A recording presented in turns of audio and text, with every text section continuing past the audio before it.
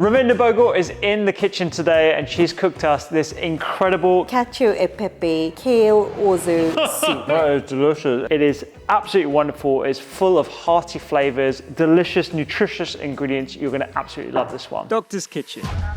Recipes, health, lifestyle. We're going to begin by chopping an onion. You could use a red onion if you wanted to. Just a regular yellow onion is absolutely fine too. Nice and finely chopped. And this is cacio pepe. So of course, pecorino or Parmesan if you've got it. I like using pecorino, but if Parmesan's all you got, it's absolutely fine. And quite a lot of it. Get someone you can delegate to. Yeah, this is grate me. your Parmesan. This is me. And where did you get the inspiration for this dish? It started while I was eating a cacio pepe and I was like, this would be so lovely, kind of soupier. And I love the fact that you can come home on a weeknight or you can make a big batch of this and have it in the fridge and eat it several times over the week. It's just such a goodie. The combination of flavors that you have throughout the book are insane. I mean, I always think about like chefs that inspire me, how to push my recipes and push my cooking in the sort of healthy realm. And I just love how you intertwine so many different cultures and so many different cuisines in your books. When you think about like No Borders cooking, which is sort of like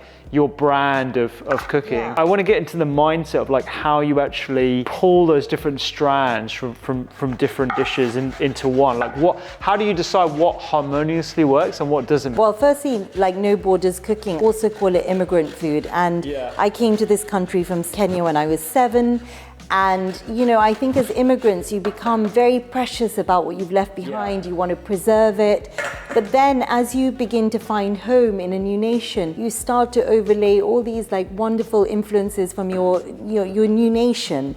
And for me, I grew up in a really densely immigrant neighborhood. So there were all these amazing mini economies of, you know, the Chinese supermarket, the Turkish supermarket, the Iranian supermarket. And that bleeds into your own kind of heritage, your culinary heritage. It's kind of a reconciliation of what you've left behind and what you're so desperate to preserve, but also the wonder of your new landscape.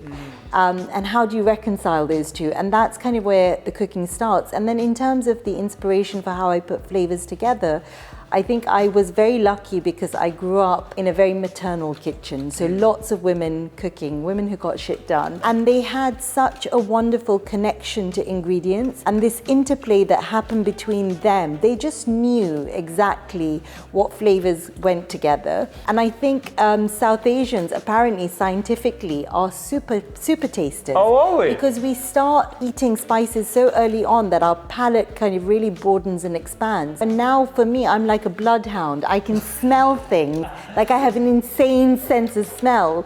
I can be 50 paces out of the restaurant and if someone's burning spices in the kitchen, I can smell it. Tell, really. So I think that comes from that innate sense, this very feminine intuition of knowing what flavors are going to work together. It's my superpower. So I've got my onion and garlic and everything chopped up. So I'm just going to heat up my pan and then olive oil goes in and you're just going to saute the onions over a low heat because you want to kind of tease out the sweetness, but you don't want them colored for this. You want them sort of nice and pale and translucent. What's a good reference point for people in terms of the length of time that onions take to go translucent versus deep brown? When you're looking at sort of translucence, you're looking at 6 minutes or so. And when you're looking for, like when you're making the base of a curry, for me, the rule is really low heat and cook them half an hour, 40 minutes sometimes, because then you're just kind of encouraging all that caramel, the sugars to caramelize. So I'm going to turn that right down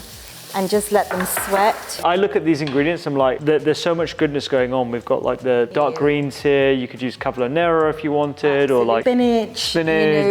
These chickpeas obviously are great for your gut health. If we were gonna riff on this dish and let's say people didn't want chickpeas or whatever, could you use like another bean? Any pulse, or like, I would think this is wonderful with butter beans. It's wonderful with cannellini beans, borlotti, you know, whatever you want to, whatever you like. You know? Beautiful. And that's the thing with recipes, they're a suggestion, they're an invitation to cook. The garlic's gonna go in now. Okay, so that's been cooking for like a couple of minutes right now? Yeah, so that's been about 3 minutes. So I'm putting the garlic in.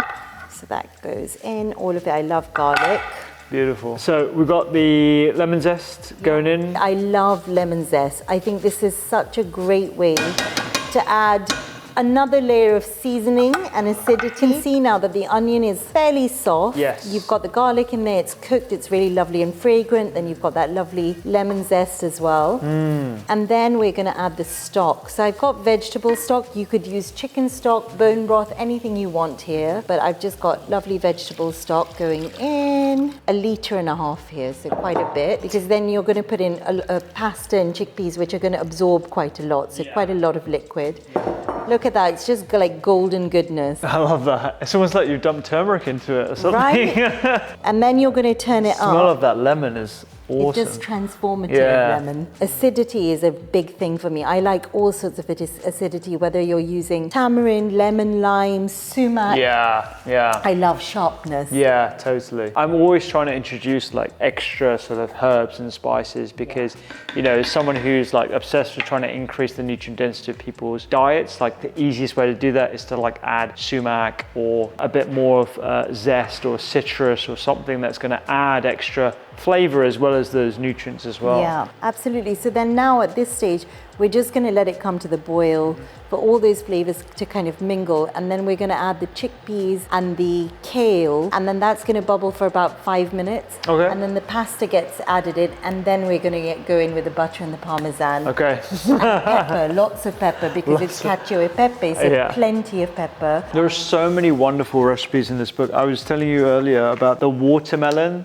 charred marinated watermelon. This just looks stunning. And I can imagine, you know, if you wanted to make it more of a main meal, like you said, you could add like shredded chicken or like grilled fish. But that for me is like summer on a plate. And I love the style. It's the same thing in your restaurants as well. You have like these like incredible fabrics that litter the whole place and it just makes you feel like you're at home. Exactly, and that was the thing, you know, I didn't train as a chef. I came into kitchens in a really unorthodox way. Yeah, me too. And me too. I find it difficult to say, chef, you know what, I just feel that there is something about cooks that's really reliable and trustworthy and welcoming and warming. All you want to do is nurture and nourish people as a cook. Whereas a chef, there's a, you know, pressure to impress and like, you know, all of that. And that's not what I'm interested in doing. All I want to do is make people feel happy and make them feel taken care of when I cook. When I was designing Jikoni, I was like, I don't want to lie about where I've come from. I don't want this like shiny like restaurant. I want it to feel like an extension of my home and my home kitchen. And that's what it is. And it's so lovely because so many of our guests who come regularly kind of say, oh, this is the extension of my living room. Okay, so now in with the chickpeas. Okay. And you want to cook the kale a little bit, in with all the kale. And it's just going to kind of melt into it and sort of shrink. Pushing the boundaries of my green pan here, but we did test this earlier and it's definitely going to hold 1.5 litres for sure. Well, here's hoping, but I might hold back some of the kale. That's enough. So you want to cook that for about 5 minutes, just gently bubbling away. And if you wanted to, of course, you could cook the kale beforehand, you know, just put it in, plunge it in some water, get it in some ice water so it stays nice and green. But this is home cooking. Now I'm going to turn the heat down, add the pasta in, all this lovely lettering. Alphabetto pasta. I love it. I'm sure there's a rupee in there somewhere. I have to fish it out. To this, I'm going to actually take it off the heat slightly because I don't want it to split. And then I'm going to start beating in the Parmesan and the butter together. So cold butter and Parmesan. Thank you for grating that so beautifully for me. And I'll go a bit at a time because I can. And you'll see like it's just all melting in and it's going to be super delicious and rich. That looks awesome. I haven't here, but you could, again, add loads of herbs. At home, I probably would. Parsley, you know, even some basil would be nice. All those lovely Italian flavors, but definitely lots of flat leaf chopped parsley or chervil is also lovely, really underrated herb. And I like a soup that, you know, you've got all these bits, but you've still got all this lovely broth. Oh, it smells wonderful, and that slight hit of the lemon as well, that's great. And you need that, you need that for the amount of Parmesan that's gone in there. You need that lemon. And then where's the Parmesan? You want some extra ones? Extra Parmesan? Just on top. Nice. Just a little bit. And that is it. That is my chickpea kale Cacio e Pepe soup. Beautiful. I'm going to dive into this. Okay, go for it. Tell me I what can't you wait think. any longer. Oh my gosh. It's properly comforting, isn't That it? is delicious. It's velvety, peppery, and they've got that lemon tang at the end. And I love the sort of like saltiness that the chickpeas have now got by swimming in that broth. Yeah. Oh, that is amazing. You've got to try this. This is definitely cozy. Oh, good. Nights. I also like food that you can just eat with a spoon. Yeah. Just watch TV. Yeah.